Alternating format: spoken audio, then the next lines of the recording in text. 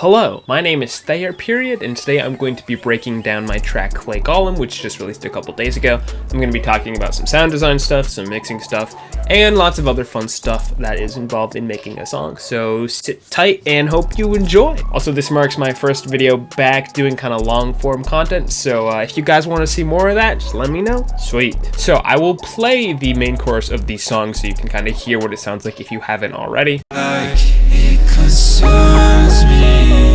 Oh, it concerns me. Like I pop ginger taps. Oh, it concerns me. So, first thing I'm going to talk about is the beat/instrumentation because it is pretty simple. One of the main elements of this track is this piano sample.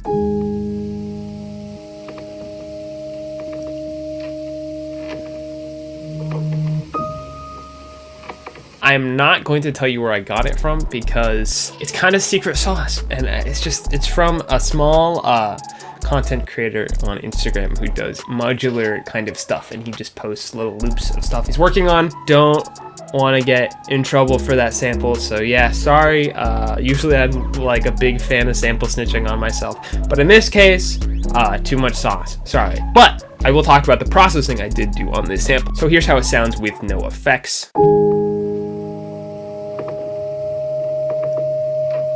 Pretty similar, but you'll notice there are a couple slight differences. Also, the sample is pitched around and stretched a little bit. I did do some transformative work, but so the first thing I added was a gross beat on half speed. But the kind of interesting thing about this is that if you look over here to the mixer, I have the mix set to only 38%. So essentially it is creating a half speed layer that is like 1/3 as loud as the main layer. So it kind of, instead of it just being fully half speeded or fully normal speeded, you get kind of a nice mix of both. So here's without it.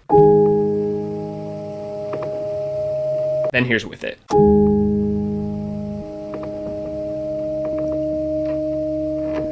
As you can hear, it kind of adds, just like a nice lower layer. I use this trick pretty freaking often nowadays, just because it's a great way to kind of add some extra depth to your sounds. Next, I just added an OTT. Would it really be a Thayer song without OTT? Nothing super crazy here. You can see all the stuff, depth on 15%, mixing around with these guys. Then just an EQ to kind of clean up the sample as well. Nothing super crazy. The next element I added was this arpeggio, which the MIDI for looks absolutely freaking insane, but it does not sound bad.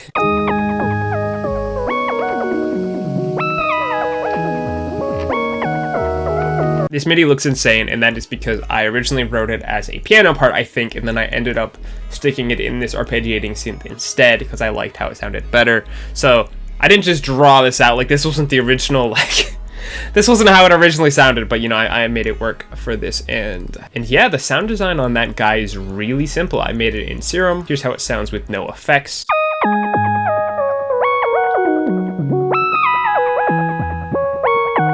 The actual sound itself is pretty simple. Like I said, we just have two sine waves here, and then we're doing a little bit of FM from B on our oscillator A, just around 33%, kind of just give some extra kind of, higher harmonic content to make it stand out a little more than a normal sine wave.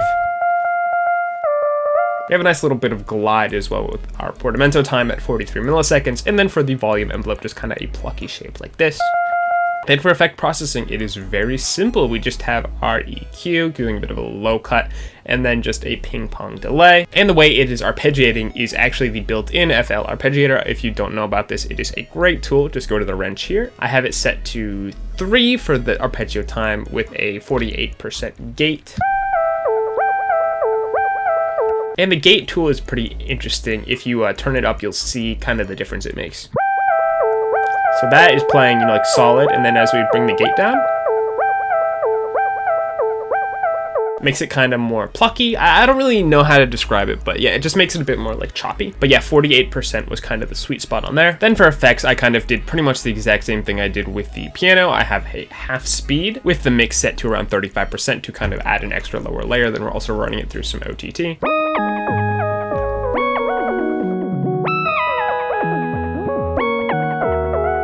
Yeah, the extra layer kind of just harmonizes really well with the top layer. Then second to last, we have this bass.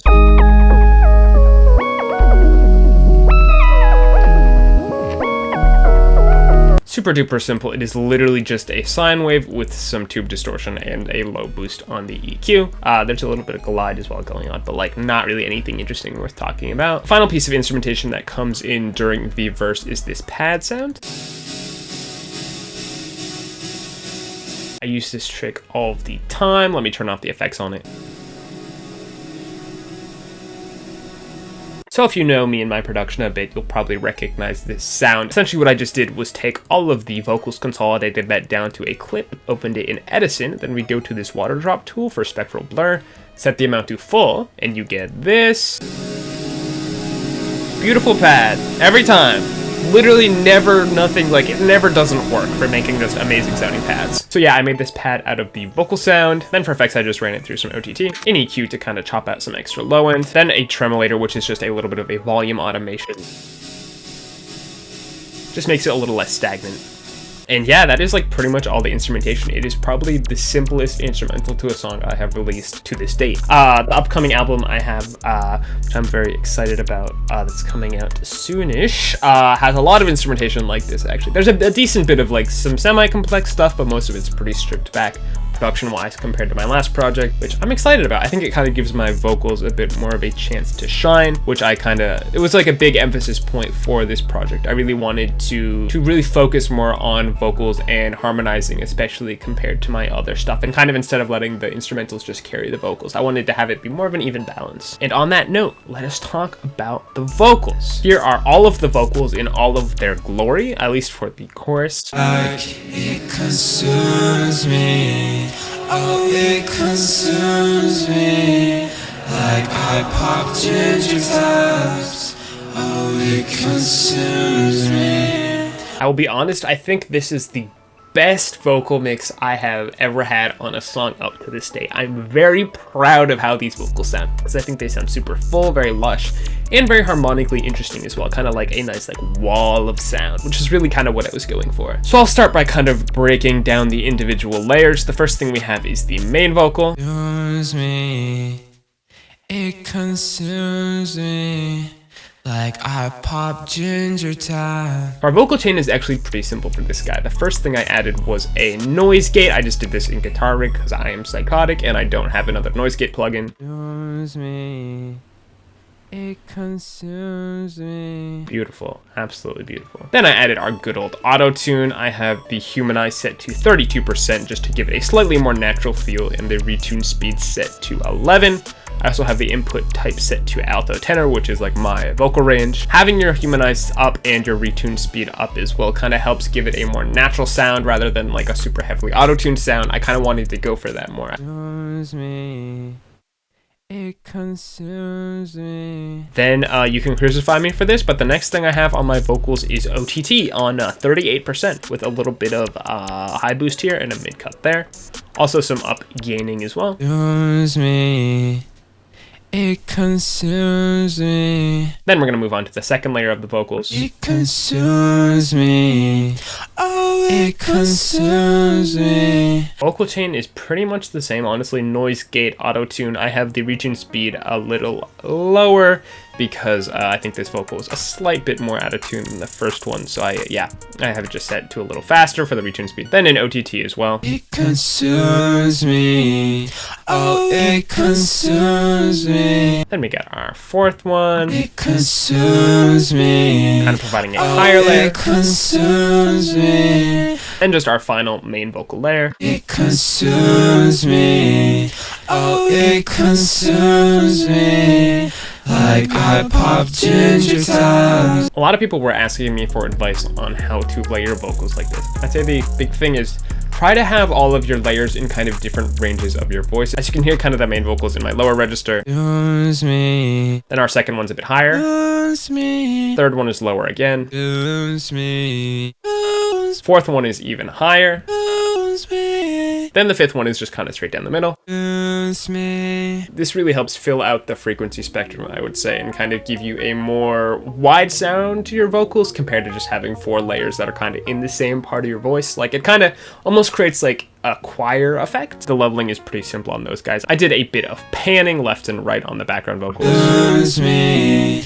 Oh, Oh, it consumes. Again, this helps create width. Then I send all of those to a vocal bus where I ran them through an EQ to cut some mids, another EQ to cut more mids, then finally just an Echo Boy by Sound Toys to just add a little bit of delay on those. Consumes me. Oh, it consumes me. I think my trick for vocal delays is always, I don't want to hear it in the whole song, but I want to hear it if I solo just the vocals, if that makes sense. You want it to be something that's subtle enough where it's not really sticking out in the overall song mix, but if you were to listen to just the vocals alone, it's enough where you are actually hearing it there. Then we have our interesting stuff for vocal layering. We have this background layer,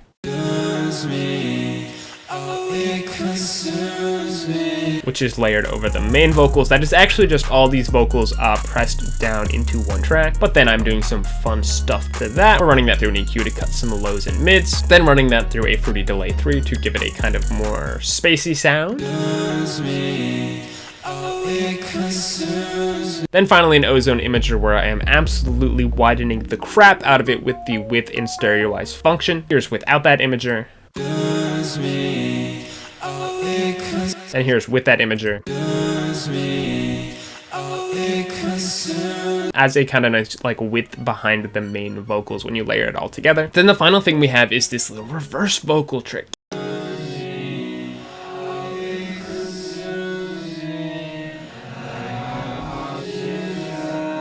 This is actually a super easy sound to create. The way you do this is you take all of your vocals, you record them and bounce them down to audio. I did this for all of them, but I'm just, doing a short section just for this example. You send that track to the playlist. Then we're going to reverse that. Send it to the mixer, add a reverb. We'll crank the wet up. Important to turn the dry down as well. You just want the wet signal. Then we are going to just flatten that down to audio. Then when you reverse this flattened audio, you have a very nice reverse reverb vocal thing.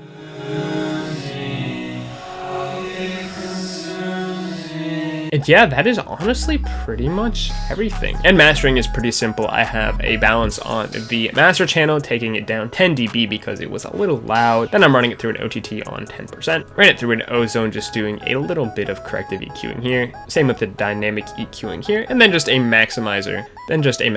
Taking some of the peaks off.